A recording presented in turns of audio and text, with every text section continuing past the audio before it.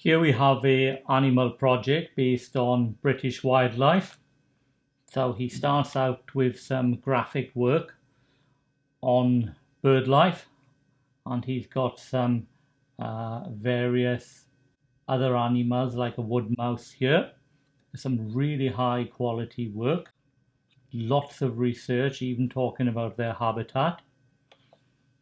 Then he moves on to some acrylic work based on different parts of British wildlife. So he's got birds of prey and some red deer work information, acrylic painting here. And here we have line and wash, the mixed media. And obviously what's very distinctive about this work is the very high quality artwork in the sketchbook. If we look at the black sheet work for the exhibition, we see that level of detail and quality is repeated, but also taken to a new level. We have extremely high quality drawing, painting, and pencil and mixed media work.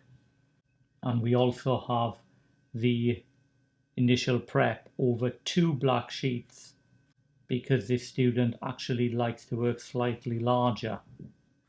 If we now look at the artist research, so he's looking at a wildlife artist who shares his interest in high quality detailed work, high degree of precision and accuracy in the work. Again, lots of information on the artist, lots of information on the paintings. Nice presentation in how things are displayed, even some quotes by the artist there.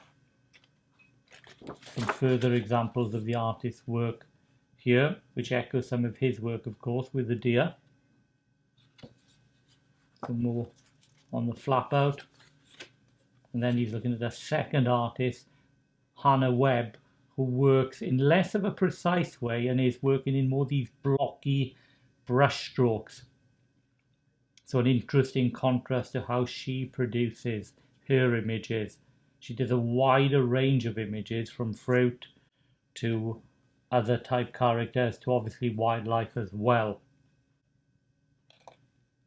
If we now look at his analysis, we see a really high quality copy. We see lots of information for the analysis, and we see in-depth information where he's writing up his opinions on what he's found, even talking about her technique and the techniques he's used when he's done this copy.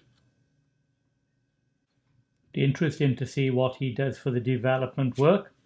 So we can see for his first piece of development, he's going back to the bird idea he did for his initial prep, and he's keeping with Hannah Webb's blocky style. So he's obviously quite attracted to that. And he's explaining why he likes that approach. And then for development 2, he's doing the same. It's got some nice step-by-step images. He obviously writes very extensively on his technique, on the things he's done. We have a nice flap out there of the final development work. Again, if we look at the development work on the black sheet, we see they are very detailed piece of work, but he manages to retain that detail while still taking on some of the characteristics of that bold, blocky style which Hannah Webb produces and has influenced him so much. And finally, if we have a look at his final piece, we see he's including some of the elements of the birds of prey and the deer from his initial prep.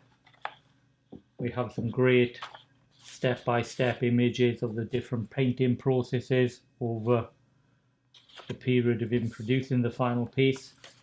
And then we have a final piece with a very detailed analysis, even down to the direction of the brush strokes and the fact that this hawk is looking at this deer as perhaps potentially his prey.